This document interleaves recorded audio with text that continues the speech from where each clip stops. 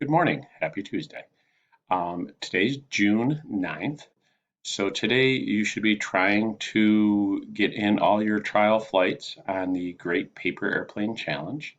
So remember there's four parts to the assignment on the Google Doc. You'll see a spot for you to list the URL for where you found your information. You'll find an area where you're going to be building and excuse me, documenting your build with a photograph. There's a timing section where you record your flight logs.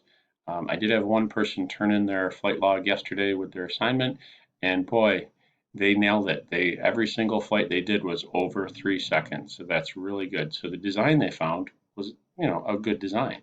Okay? So one thing to think about: if you had to make your own design, what would that look like? How would you make changes? How could you make it fly even further? Now, is this type of thing where you will have to move outside? I'm not really sure, but that's certainly a possibility. If you try flying the paper airplane in your home, and because of the distance involved, like you need space to fly.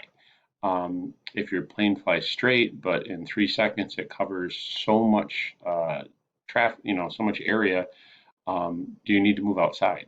Okay. Now, if you go outside, you have different factors affecting your plane. Things like the wind. Okay. If it's a breezy day, not a good day for paper airplane flying. Certainly not for testing them.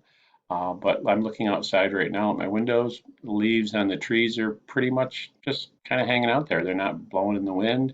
Seems to be a pretty calm morning. So if you haven't done it yet, maybe today would be a great time to get outside and try those paper airplanes.